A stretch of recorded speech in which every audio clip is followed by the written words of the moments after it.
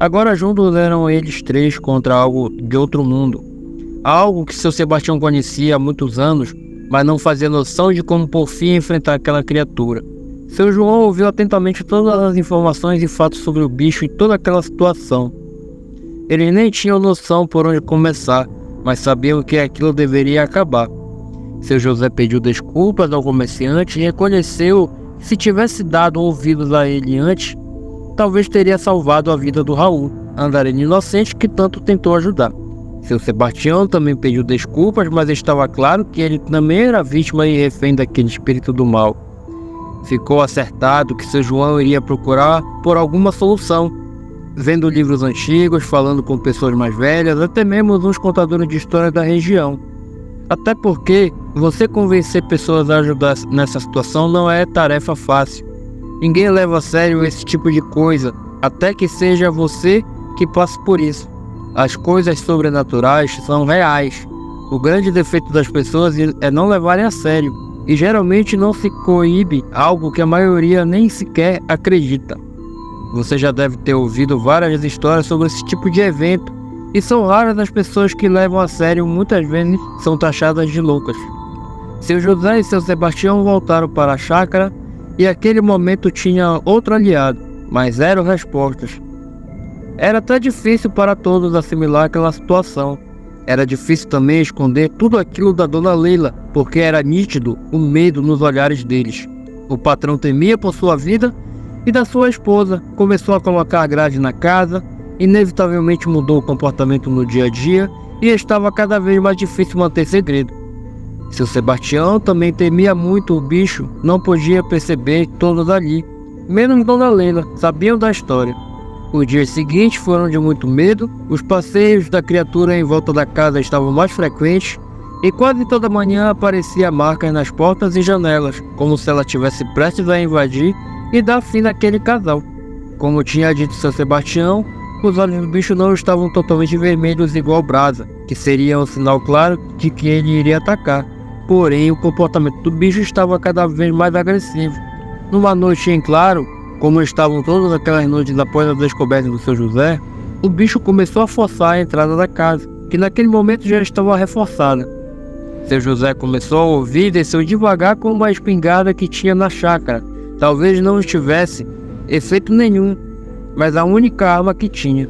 Ele viu pelas frestas da janela a criatura em pé, andando feito um homem, com chifres enormes e em posição de ataque. Ele ficou estático, vendo aquela cena e com muito medo. Segundos depois de avistar aquela cena horrenda, o espírito parou de fazer força e, como fazia todas as vezes, caminhou até o fundo da propriedade. Era como se o bicho gostasse de causar medo, o que outrora se escondia nas sombras naquelas ocasiões. Fazia questão de fazer barulho para que fosse notado. Com um respiro de alívio, depois que a criatura foi embora, pensou seu José: pelo menos, por hoje estamos salvos, mas até quando? Seu José toda manhã conversava com seu Sebastião. Naquele momento todos fingiam agir normalmente, para que a criatura não percebesse, mas aquelas aparições frequentes era como se fosse um aviso, uma bomba relógio que qualquer momento poderia explodir. O medo era cada vez mais presente, e seu João, que era a única esperança deles, até aquele momento não tinha dado nenhuma notícia. Depois que foi vista por seu José, nos dias seguintes, a criatura se acalmou, e por algum motivo, que não se sabe qual, por algumas noites não se ouvia passo nenhum. Aparentemente, a situação estava começando a melhorar, mas às vezes, nem tudo que parece é. 2 semanas se passaram, até que seu João apareceu com uma esperança. Ele tinha ido até um centro espiritual, e conversando com uma senhora, foi-lhe apresentado um livro. E nesse livro falava sobre a tal criatura, contava a origem e a possível maneira de pôr fim àquele sofrimento todo, que mais parecia uma tortura.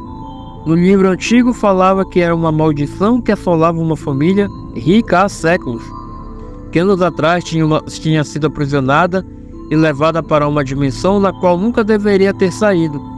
A própria senhorinha, que já tinha visto quase tudo, não acreditou que o espírito tinha sido liberto.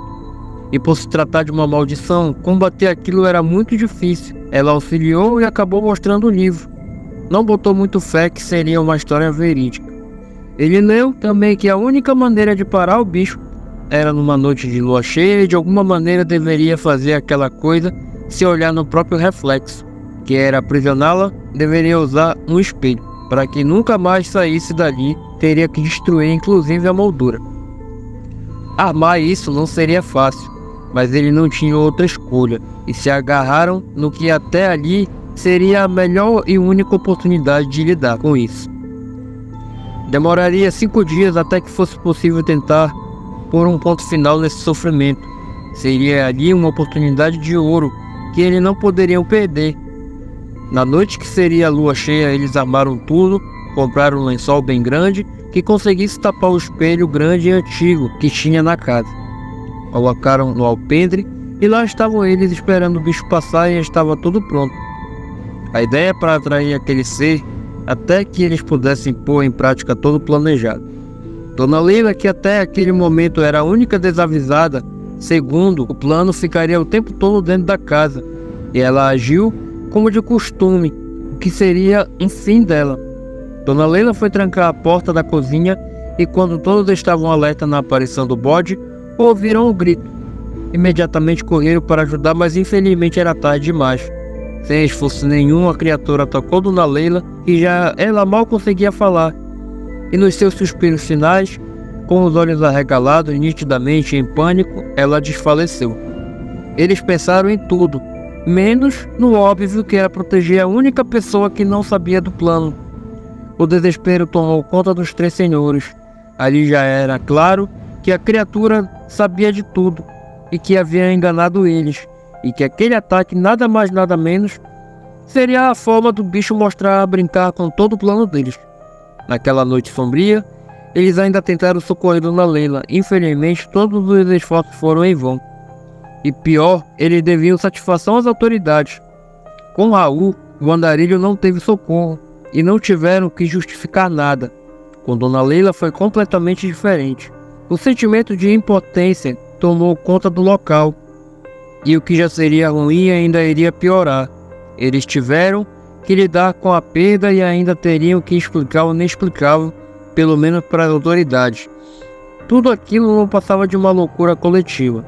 Os 3 foram ouvidos, nada foi achado. Na casa do seu Sebastião, o quarto que a criatura foi vista, não havia nada, nem livro da capa preta, nem velas coloridas, absolutamente nada. E o álibi dele não bateu. Foi aí que os 3 se viram sem saída e perceberam. Eles não tinham prova alguma. O máximo que foi visto foram pegadas, mas podia ser de qualquer coisa. Era impossível ligar um simples bode a tal estrago. Os 3 estavam sendo tratados como cúmplices numa história que para a polícia não fazia sentido algum. Ainda tinha a história do Raul, que veio à tona, que foi dito para tentar ajudá-los e teve efeito totalmente contrário. Foi imputado outro crime para eles. Eles agora estavam sendo investigados por fazer o mal com 2 pessoas. Houve maior movimentação na cidade, por ser uma pequena. A história logo se espalhou, e ninguém acreditava neles. A opinião pública não perdoou. Depois de toda a investigação, seu José estava preso, seu João foi indiciado como cúmplice, e como se houvesse alguma mágica, seu Sebastião foi inocentado de todas as acusações, e ainda hoje é caseiro da chácara que foi vendida para custear a defesa do seu José. Hoje o patrão, além de lidar com a perda, que está viúvo, tem que lidar com todos os chamados de doente mental. Pelo que tudo indica, o caseiro continua prisioneiro da criatura e seu sofrimento parece não ter chegado ao fim. O que ficou de lição: nunca enfrente algo que você não conhece e não tem forças para enfrentar. E se algum dia alguém te alertar sobre tal perigo, não faça como seu José. Simplesmente corra e não olhe para trás. A pergunta que fica no ar: quem serão os próximos moradores da chácara? Quem serão as próximas vítimas daquela criatura?